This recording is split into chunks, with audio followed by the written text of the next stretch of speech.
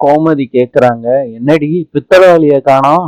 பாண்டியன் கிட்ட கோமதி சொல்றாங்க, நேத்து நைட்டு பெருசா திருட வந்து அந்த வாளிய மாத்திரம் எவனோ திருடிட்டு போயிருக்கான். கீழே சொல்றாங்க, ஏதோ பெருசா திருட வந்தவன் பித்தளை வாளிய திருடிட்டு போயிட்டான். ஒருவேளை நகையெல்லாம் வீட்டுல இருக்கே, அதை திருடிட்டு போயிருப்பானோ?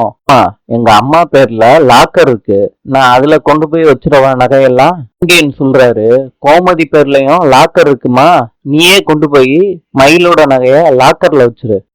நகைய கொடுமா, அத்தை உரசி எல்லாம் பார்க்க மாட்டாங்கல்ல நகைய.